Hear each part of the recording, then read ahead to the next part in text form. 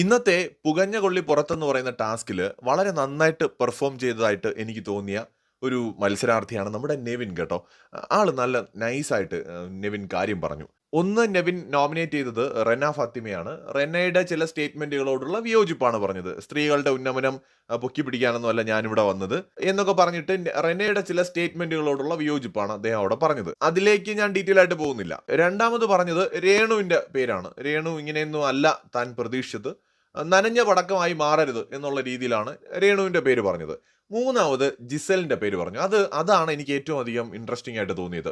അതായത് ഇന്ന് ഇവരെല്ലാവരും കൂടെ ചേർന്നിട്ട് കുറെ സ്കിറ്റുകളും ഡാൻസും പെർഫോമൻസും ഒക്കെ ചെയ്തല്ലോ. അപ്പൊ ആ സമയത്ത് ഷാനവാസ് രുദ്രനായിട്ട് വരാൻ പറഞ്ഞ സമയത്ത് ഷാനവാസ് ഇങ്ങനെ കുടുങ്ങി കുടുങ്ങി ഈ ചാന്ത് പൊട്ട് സിനിമയിലെ ദിലീപിന്റെ ഒരു ലുക്കിലാണ് വരുന്നത്.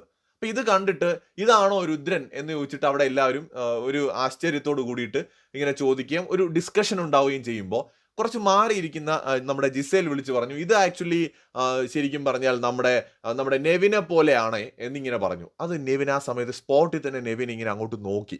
അപ്പോഴേ എനിക്ക് മനസ്സിലായി നെവിൻ അത് ഇഷ്ടപ്പെട്ടില്ല എന്ന്. പക്ഷെ ഞാൻ ആ സമയത്ത് അങ്ങനത്തെ ഒരു കണ്ടന്റ് നമ്മൾ അപ്ഡേറ്റിലൊന്നും നമ്മൾ എവിടെയും പറഞ്ഞില്ല. കാരണം അത് എടുത്തൊരു ടോപ്പിക് ആക്കണ്ട എന്നുള്ള രീതിയിൽ തന്നെയാണ് പറയാതിരുന്നത്. പക്ഷേ പിന്നീട് ഇന്നത് നെവിൻ തന്നെ നോമിനേഷനിൽ പറഞ്ഞതുകൊണ്ട് ഇനി നമുക്കത് പറയാതിരിക്കേണ്ട കാര്യമില്ലല്ലോ. അപ്പൊ നെവിൻ അത് ആ സമയത്ത് തന്നെ ഇഷ്ടപ്പെട്ടില്ല. ആളപ്പം തന്നെ നമ്മുടെ ജിസേലിനെ തിരുത്തുകയും ചെയ്യുന്നുണ്ട്. എന്നെ പോലെയാണോ, അതെങ്ങനെ എന്നെ പോലെയാവും, ഞാൻ ചാന്ത് പൊട്ടിലെ ദിലീപിനെ പോലെയാണോ ഞാൻ നടക്കുന്നത്, എന്നെ പോലെയൊന്നും അല്ല എന്ന് ആള് പറയുന്നുണ്ട്. അപ്പൊ എന്നിട്ട് ഇന്ന് ആ ഒരു നോമിനേഷൻ ടൈമിൽ നെവിൻ അത് പറഞ്ഞ എങ്ങനെയാണ്, ആ ഒരു ചാന്തുപൊട്ട് ക്യാരക്ടറുമായിട്ട് കമ്പയർ ചെയ്യരുത്, എനിക്കത് ഇഷ്ടമല്ല. എനിക്ക് ചിലപ്പോൾ ഒരു ചെറിയ സ്ത്രൈണത അല്ലെങ്കിൽ ഒരു ഫെമിനൻ ടച്ച് ഉണ്ടാകാം. എന്നെ പോലത്തെ കുറെ ആൾക്കാരുണ്ട്. ഞാൻ അവരെ ആ ഒരു ചെറിയ കമ്മ്യൂണിറ്റിയെ റെപ്രസെന്റ് ചെയ്തിട്ടാണ് ഇവിടെ വന്നിരിക്കുന്നത്. ഞാൻ ഒരിക്കലും ഒരു ചാന്തുപൊട്ട് ക്യാരക്ടറായിട്ടുള്ള ഒരാളല്ല. ചെറിയ രീതിയിൽ അത് എല്ലാവരിലും ഉണ്ട്. അങ്ങനത്തെ ഒരു ചെറിയൊരു സ്ത്രൈണത എല്ലാ മനുഷ്യന്മാരിലും ഉണ്ട്.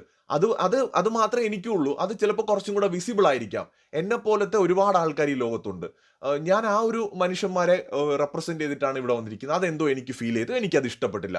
അത്തരം കമ്പാരിസൺസ് എനിക്ക് ഇഷ്ടമല്ല എന്ന് അദ്ദേഹം പറയുന്നുണ്ട്. അത് ഭയങ്കര നൈസായിട്ട് എനിക്കറിയാം. അത് എപ്പിസോഡിൽ നിന്ന് അത് ക്ലിയർ ആയിട്ട് തന്നെ ബിഗ് ബോസ് അത് കാണിക്കുമെന്ന് എനിക്ക് ഉറപ്പുണ്ട് ആ ഒരു വിഷയം. കാരണം ഇത്തരം വിഷയങ്ങളിൽ ബിഗ് ബോസ് കാണിക്കുന്ന ഒരു പ്രതിബദ്ധത വളരെ വലുതാണ്.